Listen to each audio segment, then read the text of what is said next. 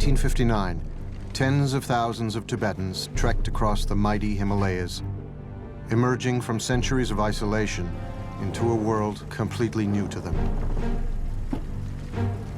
Among the thousands fleeing their homeland was 49-year-old Dilgo Khyentse Rinpoche, one of the greatest Tibetan lamas of the last century.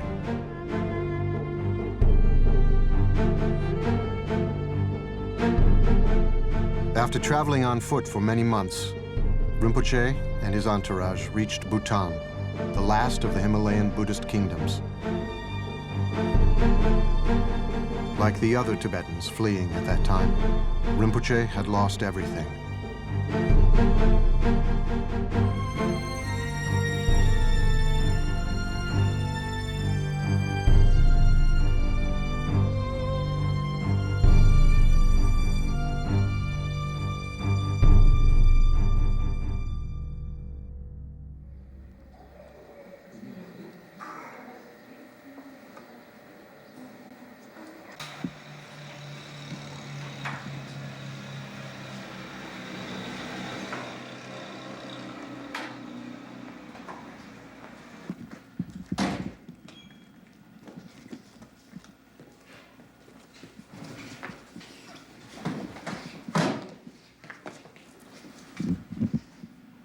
Khyentse Rinpoche, one of my important guru, and since now quite some time, I received so many teachings, many important teachings, especially the teaching of the realization or the experience of Rigpa.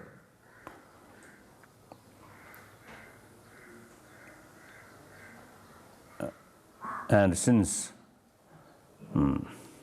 my first meeting with him, I got very good impression. Then through some mysterious experience, including the dream, there are some clear indication that there's some, I think, special karmic relation with him, it seems there. So now, today, I feel very, very grateful to him and very, very helpful.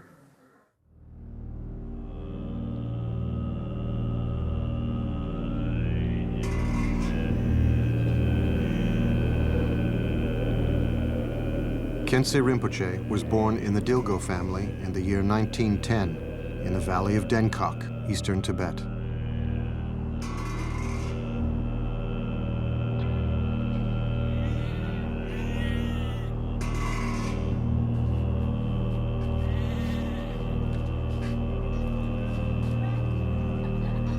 His father, the governor of the Derge district, was overjoyed.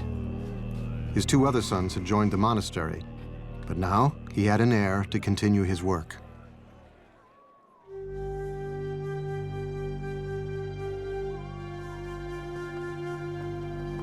In a hermitage behind the Dilgo estate lived Mipam Rinpoche, one of the most influential and revered scholars of the time.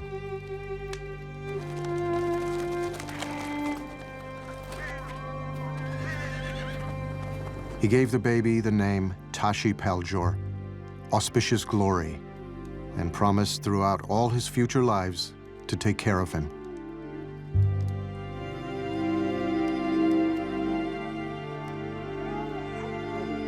Many Buddhist masters advised that Tashi Paljor should enter the spiritual path. "I'm not going to let him become a monk," his father insisted. "Who would manage the family's estate and lands?"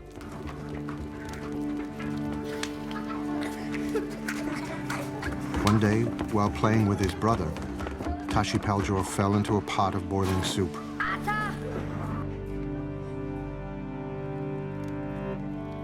His lower body was badly burnt, and he was bedridden for many months. Without any real signs of improvement, the parents lost hope for their son's life. Helplessly, the father asked his son, "What should we do?" "Well, it would help If I could wear a monk's robe, the son replied. With a heavy heart, the father agreed. Tashi Peljor's entrance into the monastic life meant the end of the Dilgo family line. But the boy's health improved, and he was happy. The young boy received his novice ordination from Khenpo Chenga, a well-known Buddhist teacher from eastern Tibet. During the ceremony, he was given the monastic name Robsel Dawa, brilliant moon.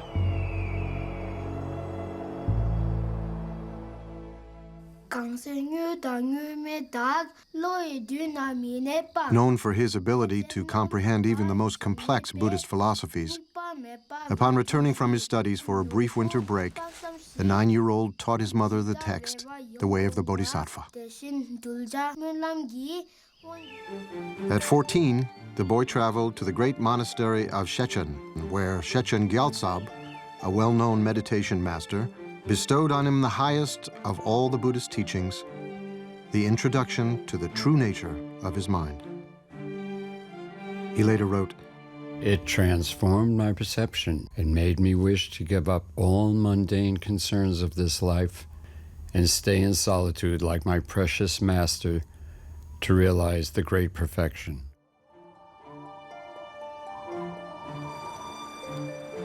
Over the next few years, the Dilgo son stayed in a cabin next to his teacher's hermitage. It was here that the young boy was officially recognized as the reincarnation of the great 19th century Buddhist master, Jamyang Khyentse Wangpo. From that day onwards, the young Dilgo son was known as Khyentse Rinpoche, the precious emanation of Khyentse. In 1926, while traveling in eastern Tibet, Khyentse Rinpoche received a letter from his father, notifying him that Shechen Gyaltsab had passed away. Feeling as if his heart had been torn from his chest, the 18-year-old wrote, "Alas, qualified master, though I followed you, the Buddha, in person, I haven't come to a true understanding about the instructions. How can you leave me behind like an abandoned orphan?"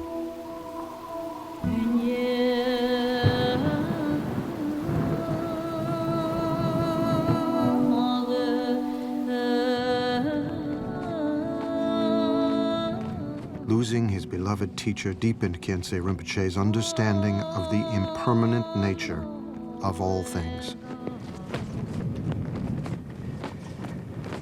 He wrote to his parents, "You gave me birth with all the freedoms and advantages of human life, and you have cared for me with love from my infancy till now. Since you introduced me to an authentic teacher, it is thanks to your kindness that I have encountered the path of liberation."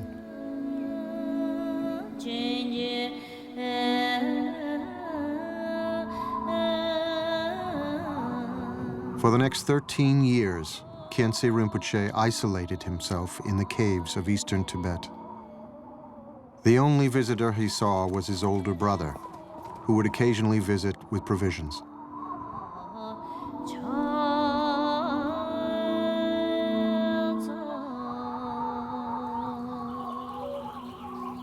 A cuckoo near his cave served as his alarm clock. As soon as he heard it, around 3 in the morning, he would get up and start a session of meditation. After hearing, thinking about, and meditating on the life of my perfect teacher, I have resolved to slip quietly away from all this life's concerns and head for the wilderness of overhanging cliffs alone.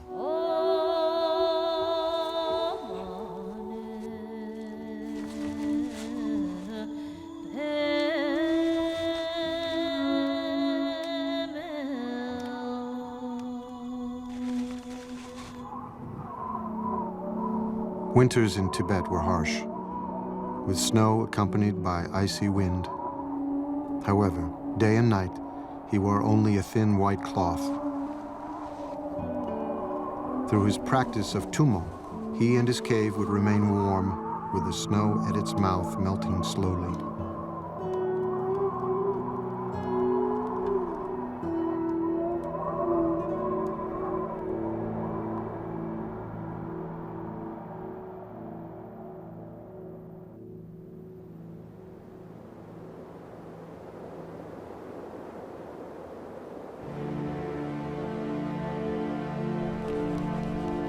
Although for now your sun will hide away in mountain glens, your smiling faces will be with me always. And if I reach the citadel of experience and realization, I shall repay your kindness. Of that you can be sure.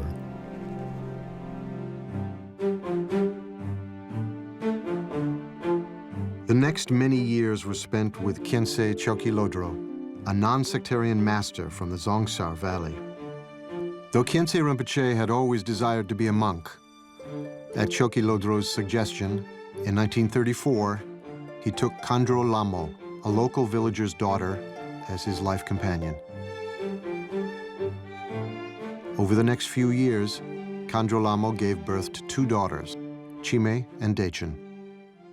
I was very young, and Rinpoche always goes for retreat. And we can see only once or twice in a month, not more than that. That I remember. Then he used to send us to collect some flowers, and he offered mandala. And then his whole day he stays in the cave, so we are not allowed to see him. Sometimes we reach your food outside the cave and then go back. He hardly comes home. He always in the retreat. When I was very young, I never knew he is my father. We thought it's my guru, and I never knew he's my father. All of Khyentse Rinpoche's teachers had advised him that after properly engaging in study, contemplation, and meditation, he should then uphold, preserve, and expound the doctrine to the faithful. Despite Khyentse Rinpoche's profound wish to spend his life in secluded retreat, he honored the advice of his teachers. He traveled widely across eastern and central Tibet, teaching as well as receiving teachings from various traditions. At Khyentse Choki Lodro's behest, Khyentse Rinpoche traveled to Rekong in northeast Tibet. There, he taught the great treasury of precious revealed teachings to nearly 2,000 yogis. It was the start of Khyentse Rinpoche's selfless dedication in making the Dharma available to those who are interested. This commitment lasted until the end of his life.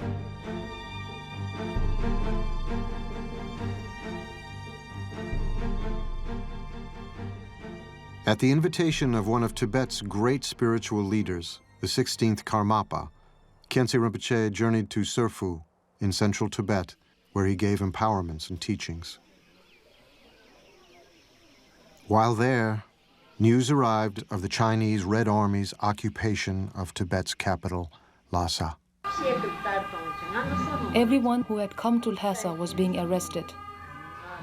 Some were forced to leave their children behind.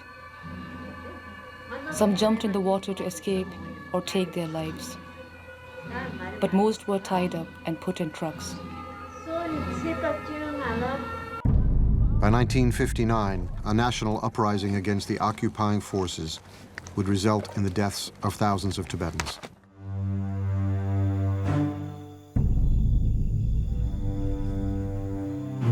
Khyentse Rinpoche realized that his commitment to teach the Dharma was no longer possible in his homeland. Leaving everything behind, including his precious books and most of his own writings, Khyentse Rinpoche and his family fled Tibet.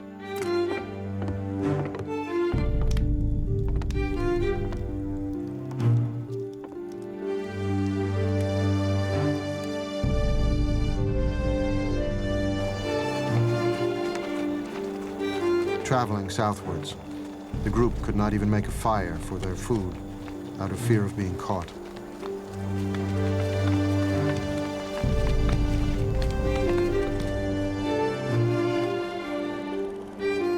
They hid during the day and resumed their escape at night, with a lone moon to illuminate their journey into the unknown.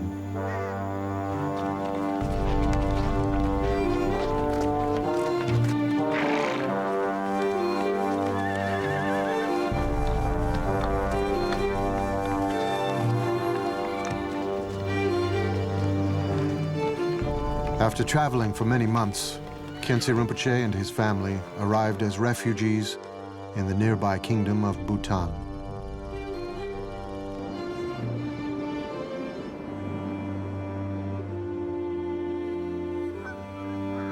In a foreign land, with nowhere to go and no one to ask for help, they made their shelter under a tree.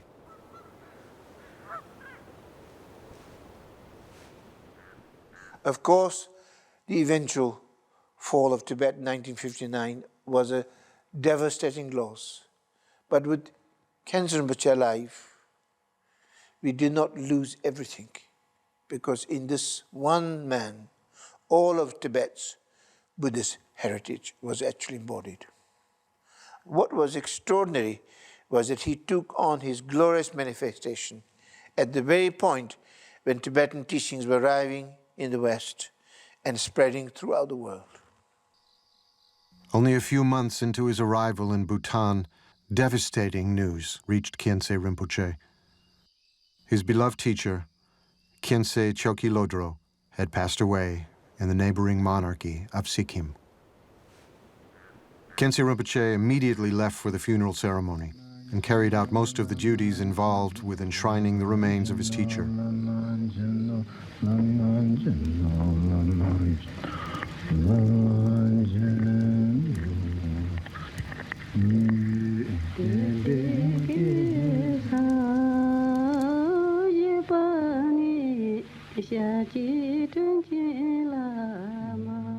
A memorial stupa was built on the spot where the cremation took place. Kunchok Lodro, an old student of Khyentse Rinpoche, recalls those days. He was a very kind-hearted person, very gentle, and he never got angry. It is rare to find someone like him these days. No matter what people said to him, whether it was good or bad, pleasant or unpleasant, he always reacted in the same way. He would just say, "I see, I see." During the break from his teachings or empowerments, Rinpoche would always sit here and pray. I would also come here and sit next to him.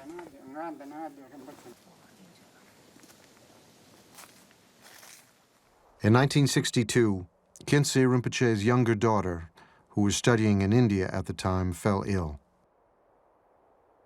He quickly traveled to be by her side.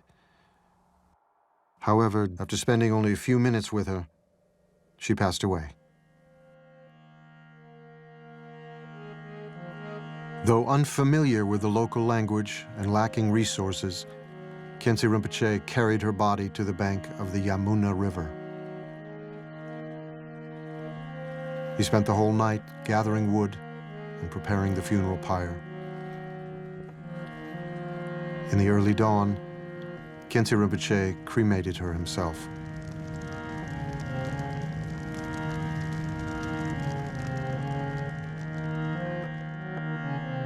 Having lost his daughter, his teachers, and his homeland, he wrote, A beautiful country is like a dream, like illusion. It is senseless to cling to it. Unless the inner forces of negative emotions are conquered, strife with outer enemies will never end.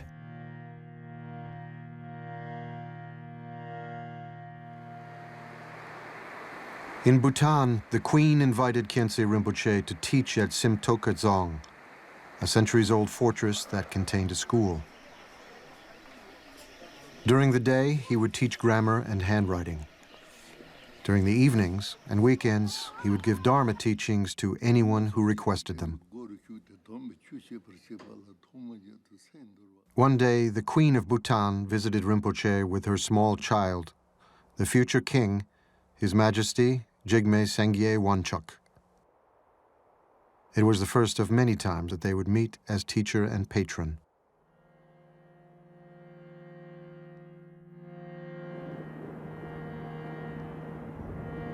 In 1962, Rinpoche visited the holy place of Namo Buddha Mountain, where in a previous life the Buddha had offered his body to feed a starving tigress on the verge of eating her cubs.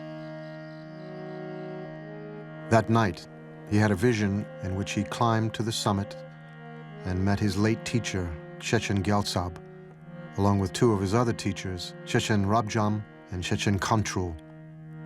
Seeing Rabjam and Khantrul with his late teacher, he understood that they had passed away in prison and cried out, The Buddha Dharma has faded. You have been killed by the communists. The happiness for beings is gone. The three masters answered in unison, Serve sentient beings and the Buddha Dharma. By doing so, there will be immense benefit. The combined blessings of the three of us will take birth in your bloodline to serve the Dharma and all beings. Later, news reached Rinpoche that his teachers had indeed passed away in prison. In 1967, Rinpoche's daughter gave birth to a son, who was recognized as Rabjam Rinpoche, the combined reincarnation of the three Chechen masters. Khyentse Rinpoche himself raised his grandson and spiritual heir from the age of 5. I myself, when I was very young, I loved Rinpoche very much, like my grandfather. I could see him as like my grandfather. I don't know much about the qualities of the spiritual master and all this, but I just, hanging around, playing with Rinpoche. And Rinpoche also, whenever he gets time, he makes drawings for me. He's a very good artist. He makes like flower drawings, and he would draw like butterfly, and he would draw like rabbit. Rabbit is one of his favorite, because also his name is Rapsal Dawa. It's like a brilliant moon. Sometimes when Rinpoche gives this any empowerments, big empowerments, and I used to sit next to Rinpoche, very small, and then I would ask Rinpoche to give small piece of the tsampa. And usually these are like sacred objects, you don't play with them, but Rinpoche was so kind he would take small piece of dharma and give it to me, so I can just sit next to it and make some toys and all these kind of things. Those are like my kind of childhood memories with Rinpoche. To accommodate Rinpoche's family, Her Majesty the Queen offered Khyentse Rinpoche a house in Bhutan. This house was Rinpoche's first permanent residence since fleeing Tibet.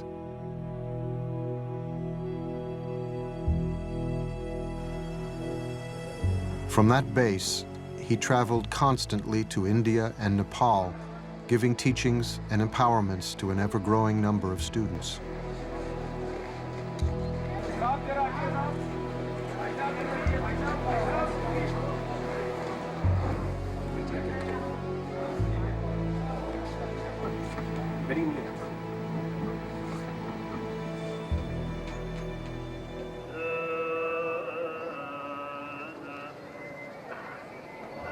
In Nepal, thousands of monks, nuns, and lay people descended into the Kathmandu Valley to hear him recite the entire collection of the Tripitaka, the words of the Buddha.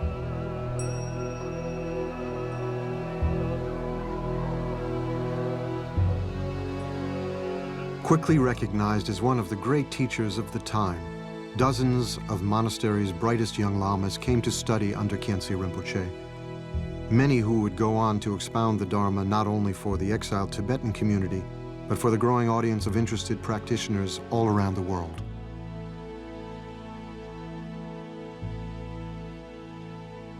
To be a good spiritual lama or a master is one thing, but to be a good human being, good,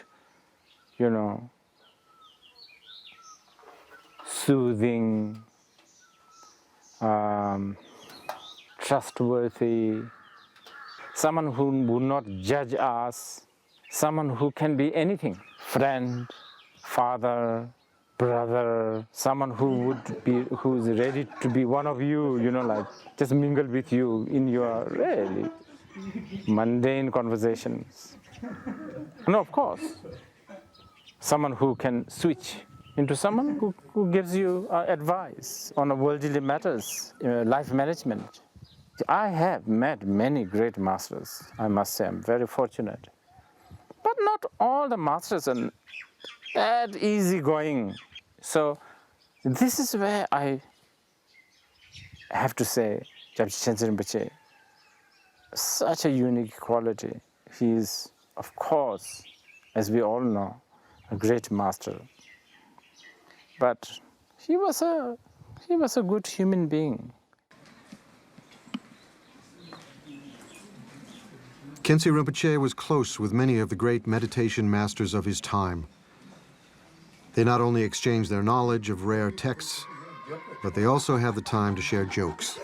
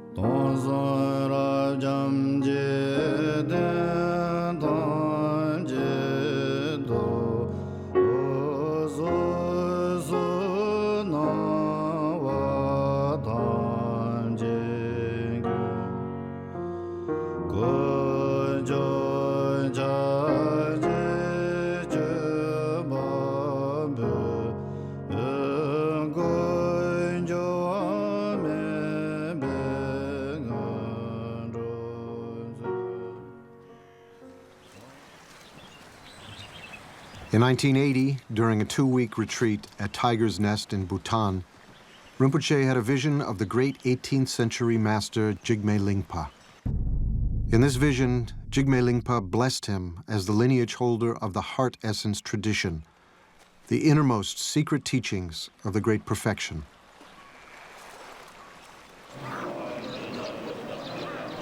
Under Khyentse Rinpoche's guidance, an immense number of teachings, empowerments, and reading transmissions were made available to the Bhutanese people. Upon reflecting on Khyentse Rinpoche's impact on her country, the Queen Mother wrote, because the great masters of Tibet were forced to escape their homeland, Dilgo Khyentse came to live in the medicinal valleys of Bhutan. He came to our country through the power of past karma and prayers, and protected Bhutan with his unceasing blessings. It's extremely precious just to receive few words of teachings from Khyentse Rinpoche, because even something very simple, like if it tells you be compassionate or reduce your attachments, even those very simple words which we have heard so many times, when we hear them from someone like him, it's so obviously the expression of truth. It makes such a deep impression in our mind. It seems that we never heard those words, and suddenly we start to realize that this is how things are. And that makes one understand why a spiritual teacher is so important.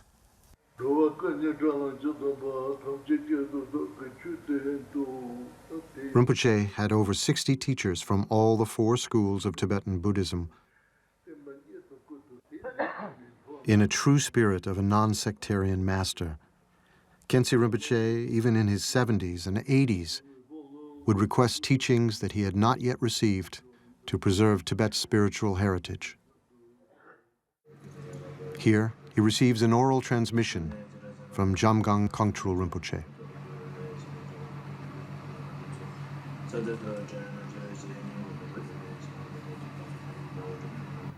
So Khyentse Rinpoche is very, very concerned about the other lineages also in Tibetan Buddhist school. Some lineages, Rinpoche would say that, oh, this lineage has been broken. One time we had this one very, very clumsy-looking monk came in to see Rinpoche, and since there's so many other important lamas were there, so we made this monk wait for quite some time. And then after the lamas went, and I said, this monk can go in, so he went inside. Then after a long time, this monk was never coming out So we say, what is he doing? We went inside, and Rinpoche was receiving teaching from this humble monk. And that was like Rinpoche was almost 78, 79, near end of his life. He was still constantly receiving teachings and all this kind of thing. Rinpoche made sure that he was accessible to anyone wanting to meet him. He always said to his attendants, "Whoever comes to see me comes in the hope of receiving some benefit, so don't stop them from seeing me."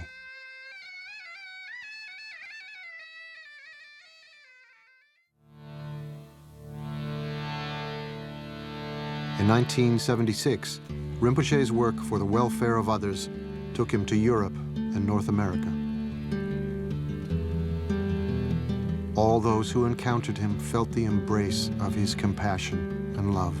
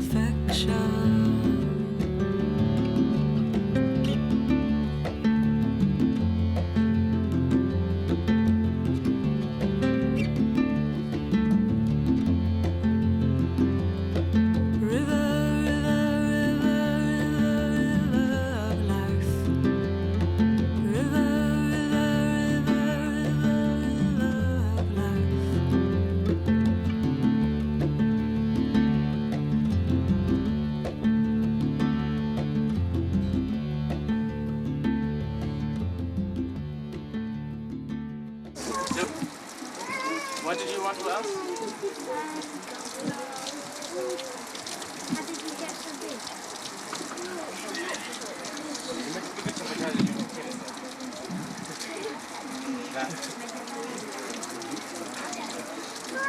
Which is says all his families, from the father's side, they're all big.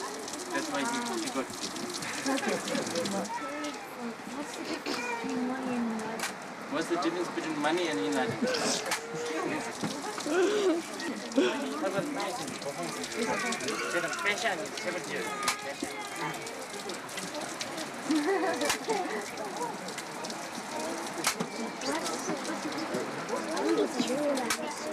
Money you can finish, but enlightenment you can't finish.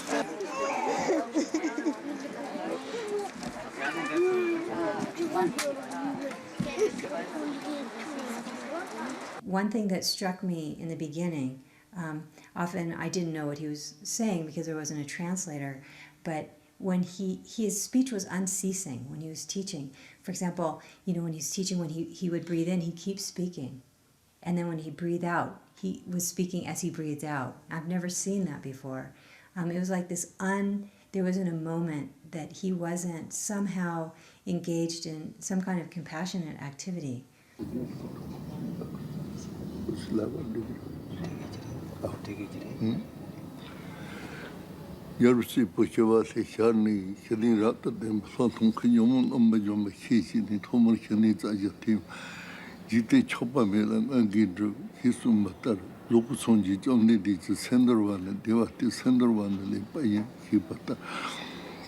Nomba sonji petemba goro chute tombe chushe persebala tomanya to sendorwa karchewa yana senchi shawandar nomba topa lunga chajo to yo di kasum pasha ke jecho mauna to gandasa tatari pacheyo to chowa chorwa hi vadal anchede che tapji norwa majina senleporo nipa mum pishana shenitemba karchela shenitem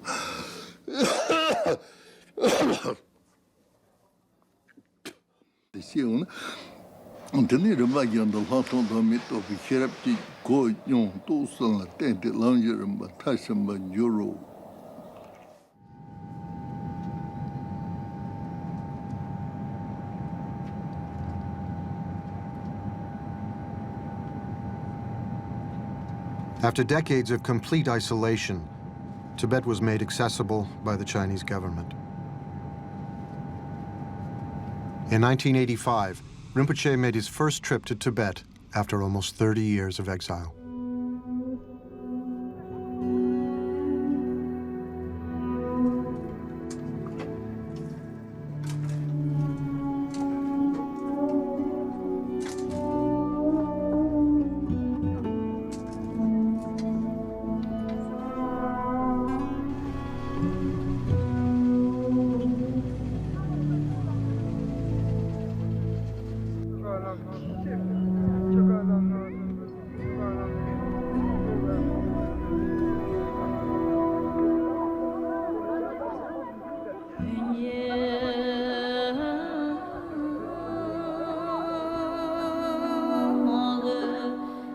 Though he was 75 years old, he visited every monastery to which he was invited.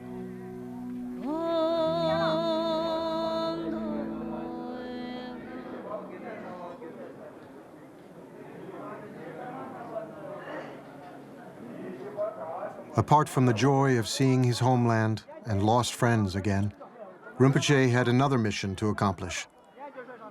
He wished to give teachings, empowerments, and reading transmissions to the Tibetans, all of whom had been denied their spiritual heritage for many years.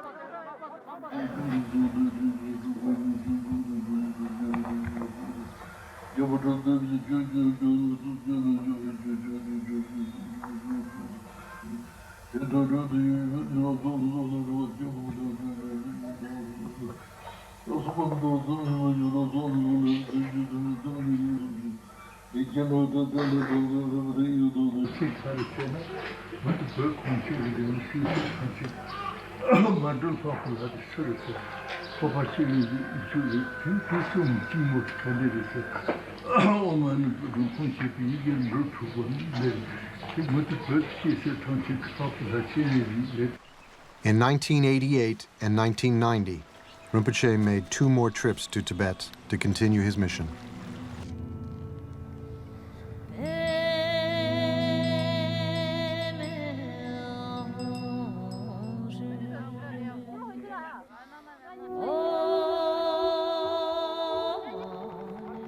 In consultation with the Chinese government, he undertook the immense responsibility of rebuilding monasteries without bias as to the school or sect. It was due to Khyentse Rinpoche's relentless efforts that Samye, Tibet's most important monastery, was restored to the glory it had enjoyed during the 8th century.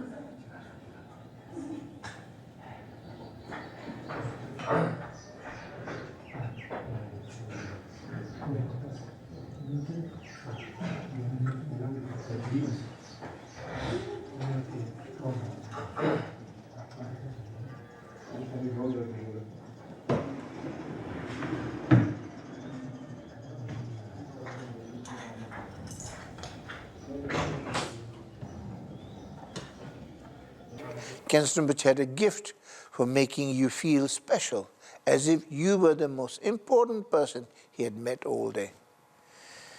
He was effusive with his affection. He would just take your head with his huge hand and draw you next to his cheek. He would speak for at least 20 minutes, and then the translation took place, and he would rest. When he got older, he would take a nap. Then without any prompting, he would just wake up exactly the same time, resume exactly where he had left off half an hour earlier, and continue to teach without the slightest fluctuation or hesitation. I sometimes think that Dilgo Khyentse Rinpoche's greatest contribution, besides all his tremendous achievement, was the simple fact that he came and lived and taught in our time. An enlightened being actually manifested here, and we were fortunate enough to witness it.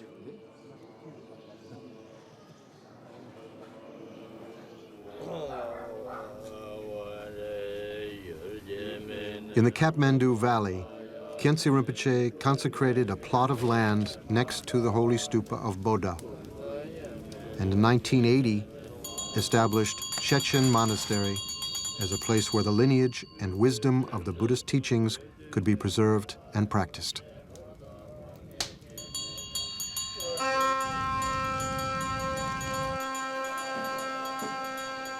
There's simply not a single defect you can find in whatever it thinks, whatever it does, whatever it says.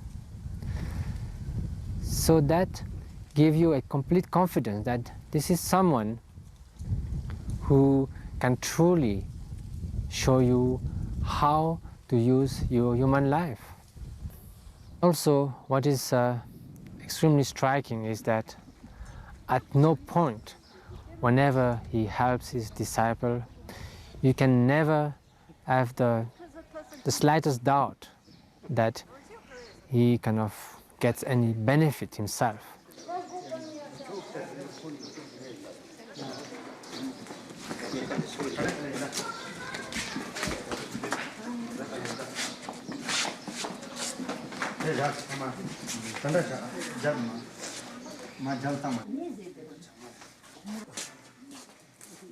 The philosophy and practice of Tibetan Buddhism has been historically preserved in the immense libraries of Tibet's great monasteries.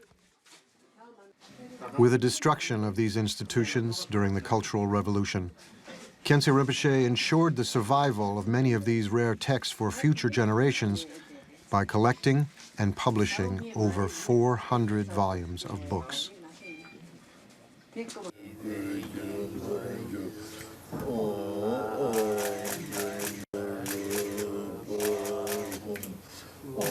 In Vajrayana Buddhism, there is a tradition of discovering sacred treasure teachings through visions. Khyentse Rinpoche, known as a great treasure revealer, taught many of his visionary teachings to his students around the world. As an author, whether he was on a flight or in his private chamber, he composed numerous poems, meditation texts, and commentaries. His writings fill 25 volumes in more than 10,000 pages. Throughout his life, Khyentse Rinpoche's singular focus was the path to freedom and how to communicate that to others. Khyentse Rinpoche's teaching and his life were one. The Buddha explained very detailed the qualities of the gurus. So I found in him those the very good qualities. He great practitioner as well as great scholar, and particularly his basic belief or basic attitude is the non-sectarian, which I very much appreciate.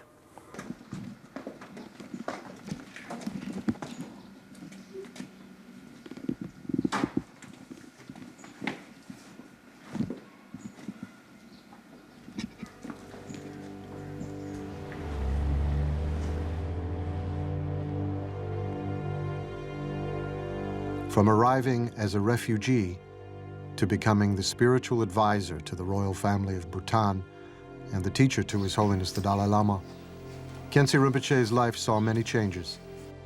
yet his behavior always remained the same. From the influential disciple to the beggar outside the monastery, all of his students deeply felt they had a special place in his heart.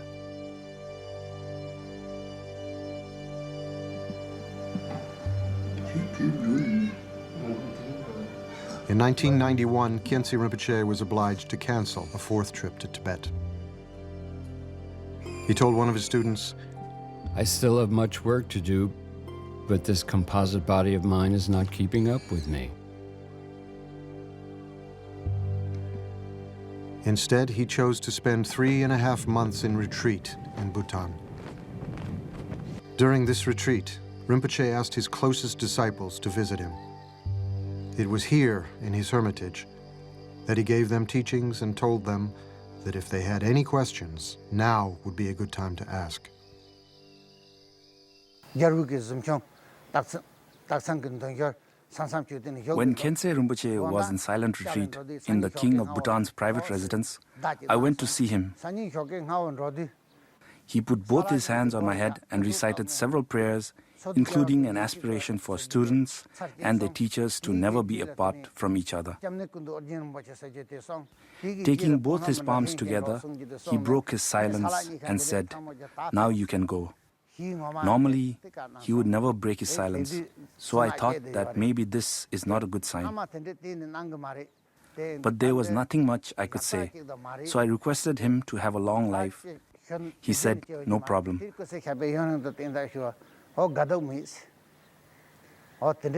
That was the last time we spoke. After completing the retreat, Khyentse Rinpoche visited the site where his new house was being built. To a disciple, he jokingly said, An old man like me who is about to die is building a house to live in. Isn't it ironic?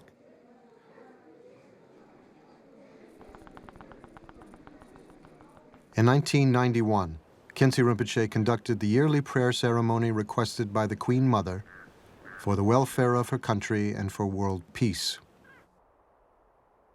A few hours into the ceremony, Khyentse Rinpoche fell ill. On the final day of the prayer, at his disciples' urging, Khyentse Rinpoche was rushed to the hospital. In the early hours of the next day, Khyentse Rinpoche passed away.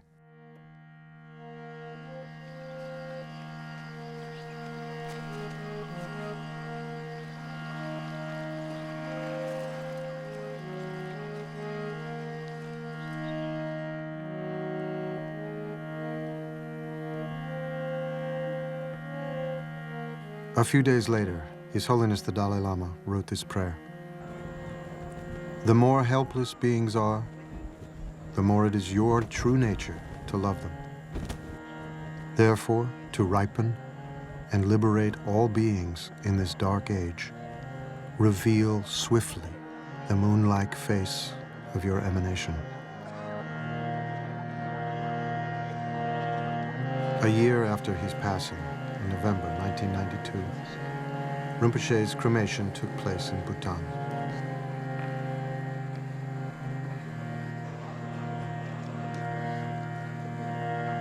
Dignitaries, including the royal family of Bhutan, teachers and scholars from the various traditions, came to pay their respects and gratitude.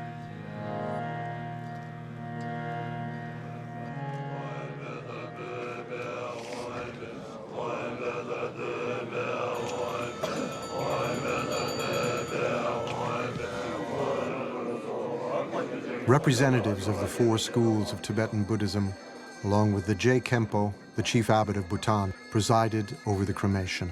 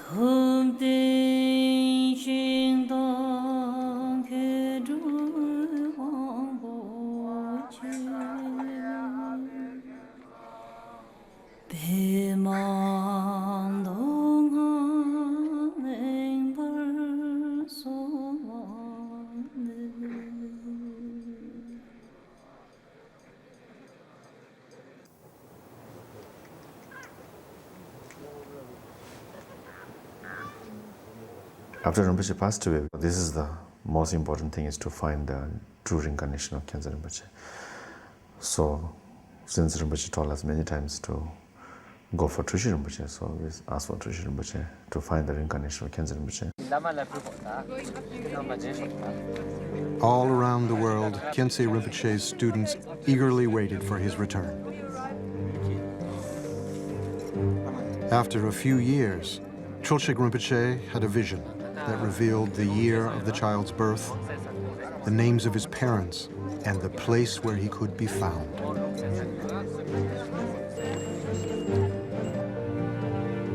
The Yangtze, or reincarnation of Khyentse Rinpoche, was born in 1993 into the noble family of the Songsars, the descendants of the great treasure revealer Chogyur Lingpa.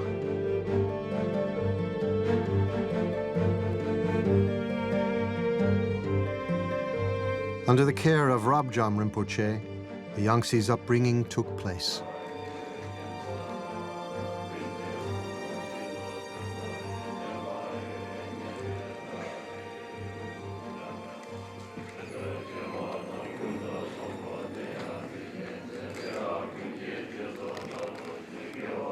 In December 1996, Khyentse Yangtze's enthronement took place at Chechen Monastery in Nepal.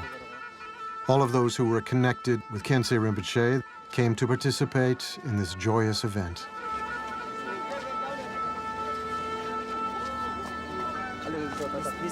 This little bit.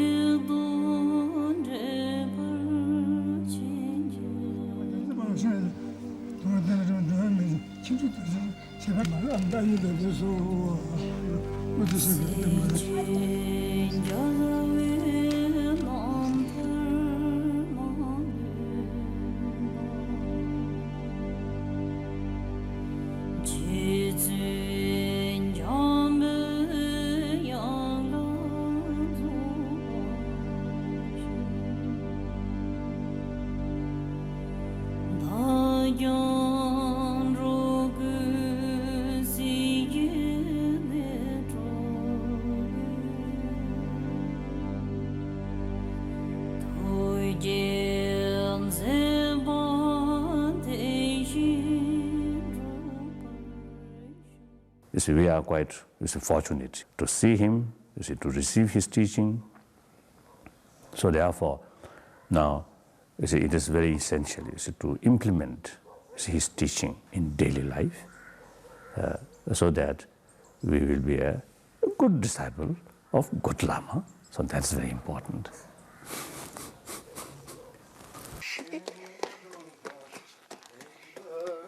The young Khyentse Rinpoche resides in the same house in Bhutan that was under construction just before his predecessor passed away.